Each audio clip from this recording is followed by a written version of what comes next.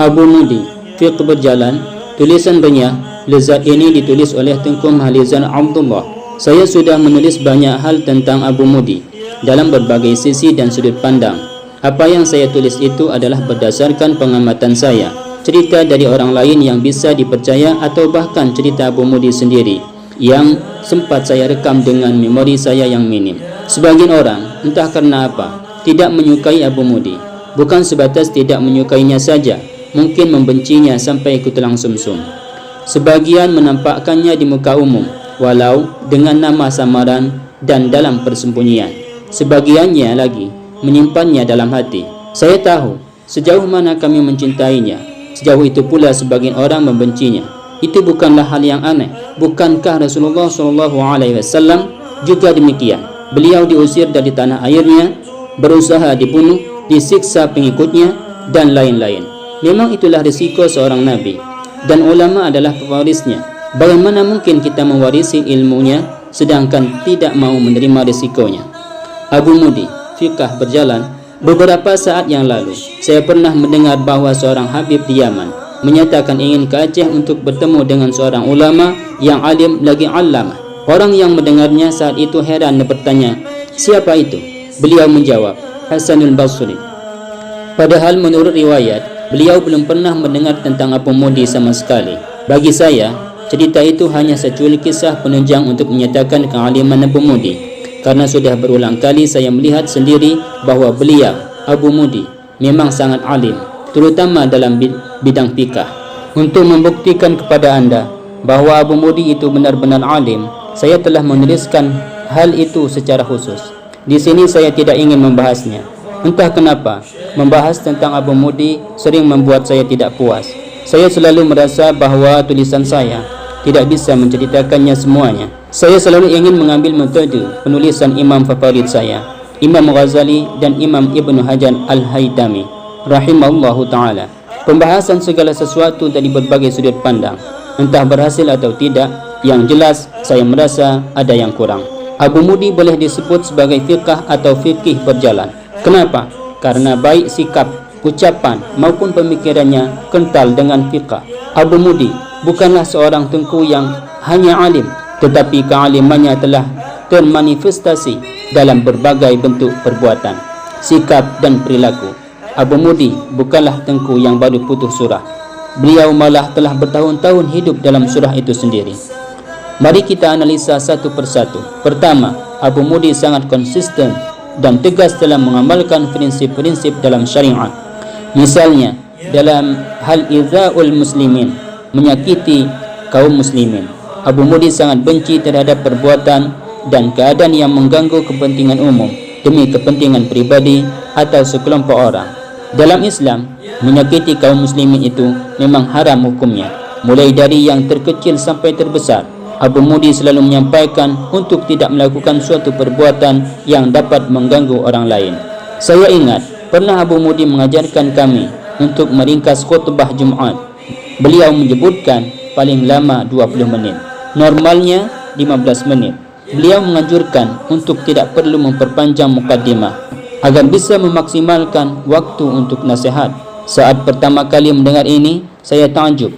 Menurut saya, itu benar-benar brilian, karena banyak khatib yang menghabiskan banyak waktu untuk mukaddimah saja. Beabeh wate dengan mukaddimah. Abu Mudi mewanti-wanti kami dalam hal ini, karena khutbah panjang hanya membuat orang-orang kehilangan banyak keuntungan, bahkan bosan, apalagi jika panjangnya disebabkan mukaddimah.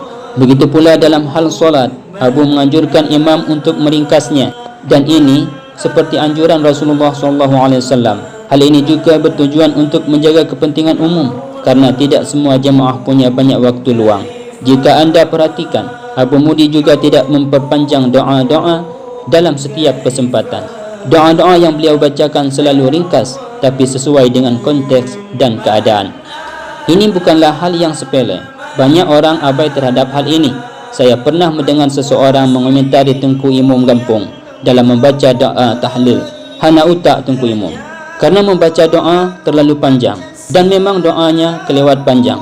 Itu benar-benar menjadi pelajaran sekaligus kebenaran bagi saya akan pentingnya memelihara maslahah ammah. Doa dalam Islam sangat dianjurkan, bahkan otaknya ibadah. Tidak ada keraguan dalam hal itu. Tapi jika sendirian, kalau dalam berjamaah, kepentingan umum lebih didahulukan, atau jamaah itu memang terbiasa dengan itu, seperti jamaah suluk, maka anda boleh memanjangkan bacaan solat dan doa-doanya semaksimal mungkin. Ini terbukti dari solat yang boleh dipanjangkan jika jemaahnya sudah tertentu atau mahsur, yang memang sudah biasanya berjamaah dalam keadaan panjang. Abu Mudi juga tidak setuju dengan pembuatan polisi tidur. Menurut beliau, polisi tidur itu mengganggu kepentingan orang banyak dan manfaatnya hanya untuk sebagian kecil orang. Itu menyalahi prinsip agama. Jika anda melihat fikih tentang jalan, bahkan membuat tempat duduk di pinggir jalan saja tidak boleh, karena berpotensi mengganggu kepentingan umum, yaitu dengan berkumpul orang di situ, kecuali hal ini dapat dipastikan tidak terjadi. Apalagi ini malah membuat sesuatu di atas badan jalan itu sendiri. Beliau menentang keras hal itu. Menurut Abu, bahkan kulit pisang saja haram kita lemparkan di jalan karena dikhawatirkan membuat orang lain terpeleset. Menurut Abu, untuk mencegah pengendara ngebut-ngebutan di jalan adalah tugas polisi jaga, bukan tugas polisi tidur. Saya tidak berhenti tertawa mengingat ucapan beliau tersebut, karena tepat sekali. Tapi anehnya, di depan kantor polisi sendiri malah ada polisi tidur. Dalam Islam, jalan itu ada dua: jalan umum, tembus, dan jalan pribadi, atau jalan sekelompok orang tidak tembus, seperti gang yang tidak tembus kemanapun. Jalan yang tidak tembus itu tidak mengapa bagi anda untuk membuat 10 ataupun 100 polisi tidur, asalkan semua pemilik jalan itu sepakat. Tapi kalau jalan umum, jalan tembus, anda tidak boleh seenaknya melakukan sesuatu yang dapat mengganggu lalu lintas. Ini sesuai dengan prinsip agama dan juga negara. Anda boleh membuka kitab bab jalan dan juga undang-undang tentang jalan. Tidak hanya soal polisi tidur, Abu juga sering kesal dengan sikap orang yang memarkirkan mobilnya di atas badan jalan tanpa peraturan, karena hal itu akan membuat macet lalu lintas. Saya juga sering kesal dengan ini, dan rasanya siapapun kesal, kecuali yang bersangkutan, mungkin malah nyaman. Mengingatnya saja sudah keki, apalagi dihadapinya. Abu Mudi juga pernah membuat heboh banyak orang tentang statement beliau tidak boleh mengaji Al-Quran sampai larut malam dengan menggunakan mikrofon di bulan Ramadan karena berpotensi mengganggu tidur banyak orang. Bagi saya, ini adalah hal paling tidak populis yang pernah beliau katakan. Betapa tidak, sejak saya kecil, memang pengajian Al-Quran di manasah, masjid atau musola selalu menggunakan mikrofon. Kontan hal ini mengundang banyak tanggapan, terutama haters dari berbagai kalangan. Mereka seperti mendapat bahan gunjingan dan bulian baru. Hujatan dan kecaman datang bahkan dari kalangan sendiri, seperti alumni dan lain-lain. Ini adalah titik nadir bagi saya terhadap pemahaman agama orang-orang itu. Betapa tidak, jika yang mengecam adalah orang awam, itu wajar.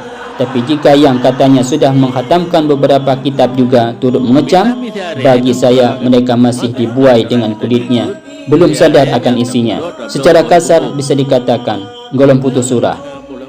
Oh ya, golong putus surah itu bukanlah ada matan kitab yang belum anda pahami betul, karena setahu saya tidak ada seorang pun yang benar-benar memahami semua matan kitab. Bahkan Al-Qalyubi saja sering mengkritik pemahaman Al-Mahalli terhadap suatu matan di dalam Hasriyata Qalyubi wa Amirah. Tapi yang dimaksud dengan gahlum putus surah adalah ketika anda tidak benar-benar memahami hakikat sesuatu. Lebih celaka jika anda belum paham tetapi anda berpikir telah faham. Seperti saya kemukakan di atas, prinsip dasar agama adalah melarang suatu perbuatan yang dapat menyakiti kaum muslimin. Pengajian Al-Quran dengan mikrofon jelas mengganggu orang sekitar, tentu saja jika dibesarkan suaranya, bukan dengan isinya, tapi dengan suaranya. Syarak tidak melihat kepada beberapa orang yang mungkin tidak terganggu, tapi melihat secara umum. Contohnya, Rasulullah SAW melarang orang yang memakan bawang sebelum baunya hilang untuk menghadiri jemaah, karena dapat mengganggu jemaah lain dengan baunya. Walau mungkin beberapa orang rela dengan bau tersebut, karena persepsi sebagian orang tidak bisa ditabit, makanya diabaikan. Kalau anda belajar fikih, anda pasti tahu prinsip semacam ini, dan ini jamak pada setiap hal. Coba anda fikir, seberapa besar sih ketergangguan orang-orang dengan bau bawang, tapi Rasulullah SAW melarangnya. Lebih jauh dalam hal ini, Rasulullah SAW melarang dua orang berbisik-bisik di hadapan orang ketiga, karena itu dapat menyakiti hatinya. Bayangkan, sampai segitunya Rasulullah SAW menganjurkan umatnya untuk menjaga kepentingan dan hati sesama muslim. Di hari Jumat, syarak menganjurkan seseorang untuk mandi ketika hendak berangkat Jumat agar menghilangkan bau-bau yang tidak sedap. Nah, lagi-lagi ini untuk menghindari dari menyakiti siapapun. Hal-hal kecil seperti ini, jika kita belum rasyikh dalam fiqih, seringkali terabaikan.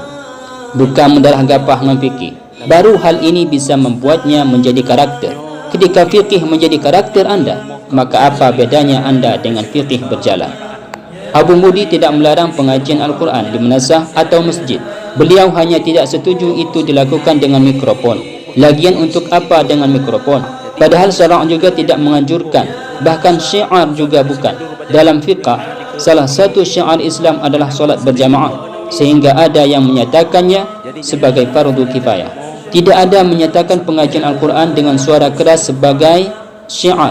Bahkan sebaliknya, dalam masjid saja dilarang memperbesar suara jika dapat mengganggu orang solat. Abu Mudi tahu bahawa dengan statement beliau itu akan mengundang banyak tanggapan, tapi beliau harus menyampaikannya karena hal itu perlu disampaikan dan belum ada yang menyampaikannya. Perlu anda ketahui, Abu Mudi sangat tidak menyukai popular. Dalam setiap pertemuan ulama misalnya, beliau sering diam jika apa yang beliau ingin katakan sudah dikatakan orang lain, kecuali jika sudah sangat perlu, beliau baru memberikan pendapatnya. Padahal memberikan suara di hadapan orang banyak, terutama di hadapan cendekia, adalah godaan terbesar seorang berilmu. Jadi, jika telah banyak yang menyampaikan tentang suatu perkara, menurut anda, kenapa pula Abu Mudi sangat ingin mengatakan hal itu? Jelas sangat jauh. Bahkan, muzakarah saja Abu jarang sekali ikut, termasuk di Mudi. Selama belasan tahun saya di Mudi, hanya sekali saya melihat beliau duduk di barisan para ulama. Karena yang paling Abu sukai dalam hidup ini adalah bird dan semebird. Sebagian orang menganggap bahawa Abu Mudi takut menghadiri muzakarah. Duhai, jika seorang telah mencapai tingkatan tertentu, ia tidak akan takut pada apapun selain Allah Subhanahu wa taala. Kekhawatiran dan perasaan manusiawi sudah jauh dari mereka. Mereka hanya hidup untuk agama Allah. Mereka hanya takut Allah berpaling darinya, dan Rasulullah SAW tidak mau menemuinya. Setiap ada orang yang mengisbatkan perasaan-perasaan itu kepada Abu Mudi, saya selalu ingin berteriak sekeras-kerasnya, Abu Mudi tidak demikian, dan menceramahinya berjam-jam. Begitulah Abu Mudi terhadap kaidah dan nilai-nilai fikih sudah menyatu dalam jiwa raganya, sehingga jika beliau mendapati suatu keadaan yang menentang, jiwa dan raganya itu akan meronta. Kecintaannya kepada agama sudah seperti kecintaannya kepada orang tuanya, atau bahkan melampauinya. Apakah anda melihat seorang anak dapat bersabar terhadap hal tidak senonoh yang dilakukan kepada orang tuanya? Apalagi ini lebih dari orang tua, yaitu ajaran Allah Subhanahu wa taala dan Rasulnya. Bagaimana Abu Mudi dapat diam ketika suatu ajaran agama melenceng dari garisnya? Kecuali pemahaman agama anda seperti saya baru menyentuh kulitnya, yang permisif terhadap hal tercela, tentu akan diam 1000 bahasa. Takut dicaci atau dicela, takut dibuli atau dihina. Menulis ini saja saya rada takut. Takut diserang membabi buta, apalagi menyampaikan hal yang sebegitu besar. Saya jadi malu menjadi anak didiknya. Kenapa begitu penakut dan pengecut? Setipis itukah iman saya untuk menyampaikan kebenaran? Membahas tentang Izza'ul Muslimin ini bisa sangat panjang, apalagi jika dikaitkan dengan prinsip dan sikap Abu Mudi terhadap hal ini. Tetapi agar anda tidak tersakiti dengan kepanjangannya sehingga malah saya kena karma, jadi afradnya saya sudahi di sini saja bab ini. Kapan-kapan bab ini kita lanjutkan secara detail min haitsu dalil, bukan hanya dalam hal Izza'ul Muslimin, bahkan dalam berjalan pun Abu Mudi sangat bersahaja. Saya belum pernah melihat seseorang berjalan layaknya beliau. Bahkan beberapa kali saya mencoba menirunya, tetapi selalu gagal. Tetapi Abu Mudi telah berjalan seperti itu berpuluh tahun. Semenjak saya sampai di Mudi, beliau sudah berjalan seperti itu.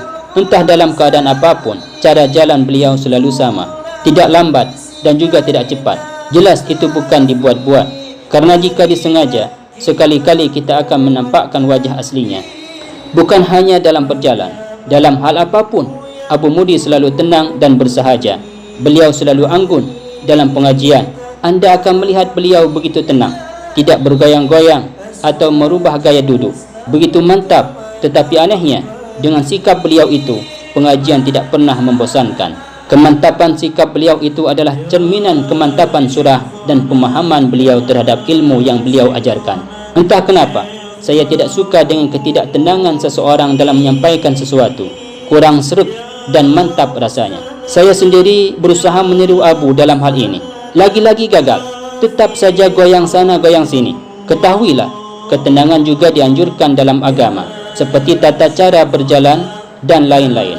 Dalam suatu hadis disebutkan, apabila kamu mendengar iqamah, maka berjalanlah kamu menuju ke tempat solat dan langkahkanlah kakimu dengan tenang dan anggun, dan janganlah kamu melangkahkannya dengan cepat-cepat. Maka apa saja bagian solat yang kamu jumpai, kerjakanlah, dan apa yang melewatkan olehmu, maka sempurnakanlah. Hadis riwayat Al-Bukhari dan Al-Muslim. Untuk perkara ini saja, sering saya lihat orang-orang di dalam masjid ketika iqamah sangat tergesa-gesa, bahkan sampai menyenggol orang lain. Begitulah pemahaman agama sebagian orang. Memang ada hadis yang menyatakan keutamaan saf pertama, tapi untuk mendapatkannya bukan dengan cara tergesa-gesa. Kalau mau saf pertama, datanglah lebih awal. Ketenangan dan keanggunan adalah tabiat dan karakter yang mungkin didapatkan setelah latihan bertahun-tahun lamanya. Saya tidak tahu sudah semenjak kapan Abu bersikap setenang itu dalam setiap hal. Itulah Abu Mudi, kemantapan jiwa dan ilmu termanifestasi dalam sikap dan perilaku. Kedua, bersambung.